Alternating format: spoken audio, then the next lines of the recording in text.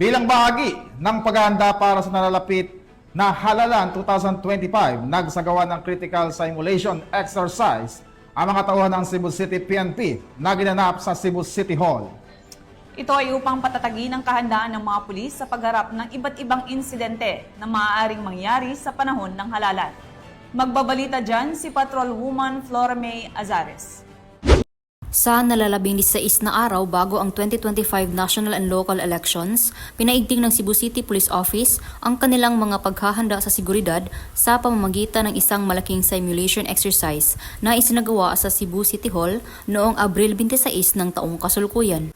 Sa pamumuno ni Acting City Director Police Colonel Enrico E. Figueroa, sinubok sa aktibidad ang kahandaan ng mga kapulisan sa pagtugon sa mga komplikadong banta sa seguridad tulad ng hostage situation, civil unrest, bomb threat at mga kilos protesta.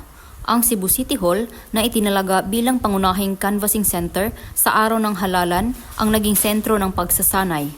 Personal na pinangasiwaan at sinuri ni Police Brigadier General Rodrigo A. Maranan, Regional Director ng Police Regional Office 7, ang nasabing pagsasanay. Ipinakita nito ang kahalagahan ng pagiging handa at pinatibay ang dedikasyon ng pamunuan ng rehiyon sa pagpapanatili ng isang ligtas at maayos na halalan. Ang isinagawang simulation exercises ay bahagi ng mas malawak na hakbang ng CCPO upang maisulong ang isang safe, accurate, free and fair election o SAFE para sa 2025 at patunay ng kanilang pagsisikap na maprotektahan ang demokratikong proseso at kapakanan ng publiko.